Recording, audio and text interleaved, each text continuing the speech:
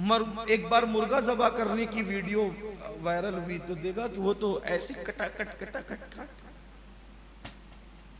कहा ज्यादा डीप में जाओगे, जितना इस्लाम ने हुक्म दिया है जितना उसी पे अमल करो, उससे ज्यादा मत बोलो। उसकी बेहतरीन एक मिसाल मैं आपको समझाऊं, अभी समझ हदीस से सुन लो।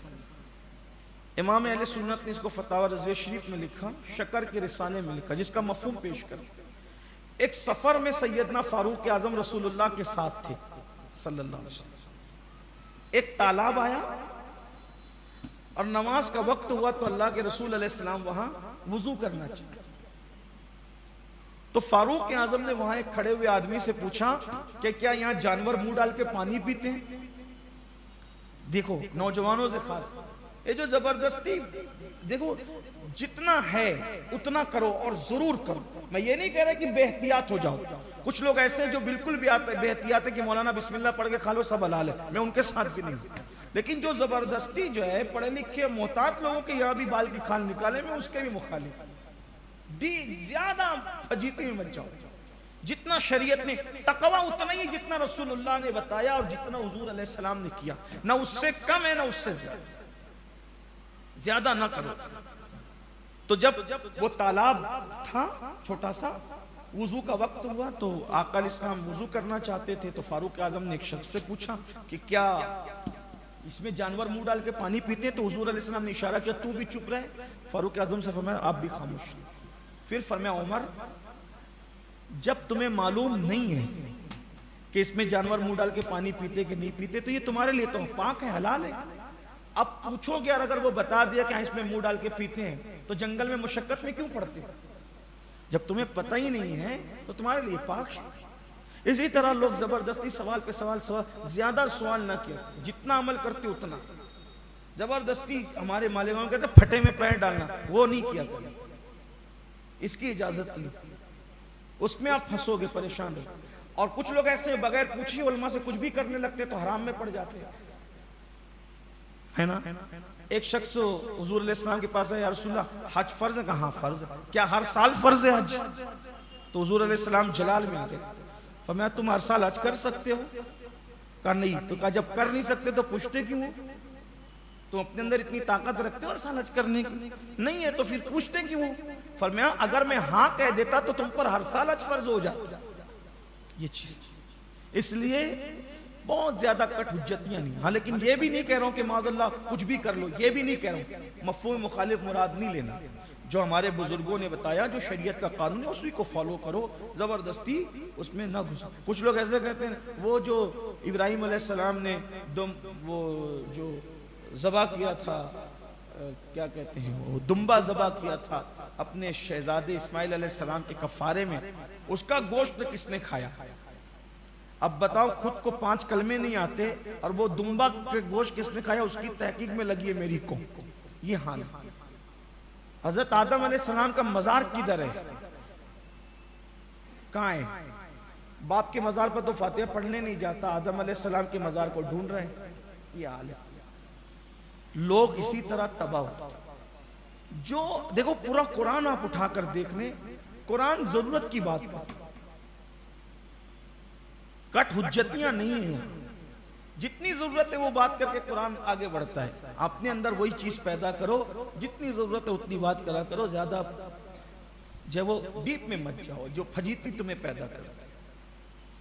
तो बहरहाल, तो अगर वो कहते ना ये जबा करो जानवर, और तो वो जो लेकर के जबा कर देते होता। लेकिन उम्र पूछी, उम्र बता दिया गया, रंग पूछा, रंग बता दिया गया, कीमत आखिरी में इतना फंसे बुरी तरह कि इतनी महंगी खरीदनी पड़ी कि पूरा चमड़ा भर करके सोना। अच्छा, कुरान क्या कहता है इस पर? तफसीर में आया है कि वो पूछते जाते थे, पूछते जाते थे, पूछते जाते थे, बिल आखिर एक मरतबा वो आ गए वहां, ये कहते हैं इंशाअल्लाह हम ज़बा करेंगे। बस अल्लाह को उनका इंशाअल्लाह पसंद आ गया, उनका काम होगा। इसलिए जब भी कोई काम करो तो इंशाअल्लाह कहने की। हाँ, फिर उन्होंने ज़बा किया, बहरहाल ज़बा किया और ज़बा करके फिर वो दुम का हिस्सा उसको मारा, वो उठा और उठ करके उसने बताया कि मुझे मेरे भतीजे नहीं, जो बहुत हंगामा कर रहा था ना कि मेरे चच्चा को किसने मारा, मेरे चच्चा को किसने मारा, और चच्चा को भतीजे नहीं मारा। तो ये उक़दा खुल गया कि अल्लाह ताला मुर्दों को इस तरह जिंदा करे, मुर्दे जिंदा, ये अकीदा बयान किया गया। इसीलिए सूरत का नाम सूरतुल बकरा है। अल्लाह पाक हम सबको अमल की तौफीक नसीब फरमाए। आज की रात दुरूद शरीफ, कलेमा शरीफ, इस्तिग़फ़ार में गुजारें। अल्लाह के रसूल अलैहिस्सलाम ने रमज़ान शरीफ के 4 अमाल बताएं, कुछ कर सको ना कर सको, इन 4 काम को करना। अल्लाह के रसूल ने ये 4 काम खास बताए महीने में। नंबर 1, कलमा कसरत से, पहला कलमा शरीफ कसरत से पढ़ो, ला इलाहा इल्लल्लाह मुहम्मदुर रसूलुल्लाह सल्लल्लाहु अलैहि वसल्लम। कलमा पढ़े तो कैसे पढ़ा करें? ला इलाहा इल्लल्लाह मुहम्मदुर रसूलुल्लाह सल्लल्लाहु अलैहि व आलिहि वसल्लम। तो इसमें कलेमा भी हो जाएगा और दुरूद शरीफ। कसरत से कलेमा पढ़ो करो, इस्तिग़फ़ार कसरत से करो। 2 चीज हो गई, अल्लाह से जन्नत मांगो और जहन्नम से पनाह मांगो। ये 4 काम हुज़ूर अलैहिस्सलाम ने खास बताएं, इसकी कसरत करें। अल्लाह ताला हम सबको तौफीक रफ़ीक अता फरमाए। रोज़ों का एहतमाम आप करते हैं, रोज़े की हालत में गीबत से बचें, चुगली से बचें, झूठ से बचें, ज़्यादा से ज़्यादा ज़िक्र अस्कार करें। रोज़े में ज़्यादा सोने से भी बचें, कम से कम सोएं, क्योंकि सहाबा किराम जब रमज़ान शरीफ आता तो अपने बिस्तर लपेट के रख देते कि हमें ज़्यादा से ज़्यादा इबादत करना है, और रमज़ान शरीफ आता तो अपने लिए सोने का सीज़न आ जाता है। फजर पढ़ के सो, असर में उठो, गेम लेके बैठ जाओ, और फिर यूट्यूब लेके बैठ जाओ, वो लेके बैठ जाओ, लेके बैठ जाओ। अल्लाह के बंदो, ये बहुत अहम मौका है। इफ्तार के वक्त तो दुआएं करो, सहरी के वक्त तो दुआएं करो। सहरी में उठते हो तो 5-10 मिनट थोड़ा सा पहले उठ जाओ, 2 रकात तहज्जुद पढ़ लो। तहज्जुद पढ़ो, तहज्जुद गुनाहों की मग़फ़िरत का ज़रिया है। उस वक्त तो दुआएं कबूल होती है। अल्लाह से गिड़गिड़ाओ, मांगो, अल्लाह की बारगाह के अंदर सवाल करो। ये ऐसा मौका है, मुंह मांगी मुरादें मिलने का मौका है। वादा किया गया है, सहर के वक्त तो दुआ कबूल होगी, इफ्तार के वक्त तो दुआ कबूल होगी। रोज़ेदार जब इफ्तार के वक्त तो दुआ करता है, 70,000 फरिश्ते उसके लिए आमीन कहते हैं। सोचो तो सही, कितना बड़ा मौका है। अल्लाह ताला हमें इस महीने की कद्र करने की तौफीक अता करे।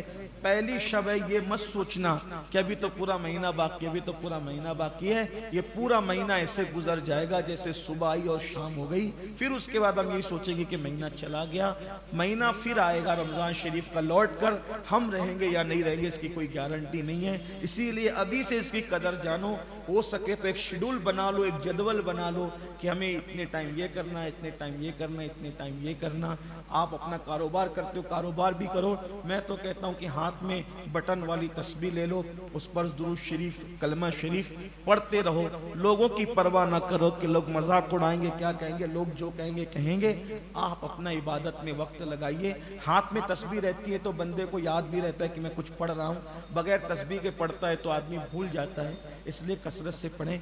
मैं तो आपको एक मशवरा दूंगा कि रोज़ाना कम से कम 1000 मरतबा कलमा शरीफ पढ़ने की हिम्मत कर लो। रोज़ पढ़िए और 100 बार इस्तिग़फ़ार पढ़िए। इसी तरीके से हर वक्त अल्लाह से कहिए अल्लाह जन्नत दे। उसमें थोड़ा सा हम ये कर लें, अल्लाह जन्नत दे, तेरे महबूब के पड़ोस में जन्नत दे, और जहन्नम की आग से पनाह मांगो। अल्लाह पाक सबके हाल पे करम फरमाए। ये महीना अल्लाह हम सब के लिए बरकत, रहमत और सुकून का अता फरमाए। टर्की और सीरिया और फ़िलिस्तीन के मुसलमान जो बेघर है, इस मुबारक महीने में अल्लाह ताला उनके लिए छतों का इंतज़ाम फरमाए, उनके लिए आसानियाँ पैदा फरमाएँ। जिन पे ज़कात फ़र्ज़ है वो ज़कात जल्दी से जल्दी निकालें, मुस्तहिक़ीन तक पहुँचाएँ। और हो सके, मैं हर साल कहता हूँ कि ज़कात तकसीम करने का ये तरीका बना लें कि उसके 3 हिस्से करें। जो रकम आपकी ज़कात की होती है उसके 3 हिस्से करें। एक अपने रिश्तेदारों में तकसीम करें, एक आम गरीब मुसलमानों में तकसीम करें, और एक हिस्सा जो मदरसे हैं और दीन का काम जहाँ होता है वहाँ पर तकसीम कीजिए, ताकि ज़्यादा से ज़्यादा दीन का काम भी हो सके, गरीबों का भी काम हो जाए, आपके रिश्तेदारों का भी काम हो जाए। और जब आप ज़कात निकालें तो सुन्नी दावत इस्लामी को आप ज़रूर याद रखें। माशाअल्लाह 72 मकातिब चल रहे हैं, 3000 से ज़ायद बच्चे और बच्चियां तालीम हासिल कर रही हैं, 4 दारुलूम चल रहे हैं माशाअल्लाह। और जो सारे काम आप देखते हैं वो देख रहे हैं, इसमें आप जो है वो खुसूसी, क्योंकि सब कुछ आपकी नज़र के सामने काम हो रहे हैं, उस पर भी आप तवज्जो फरमाएं। अल्लाह ताला हम सब के लिए खैर के फैसले फरमाएं।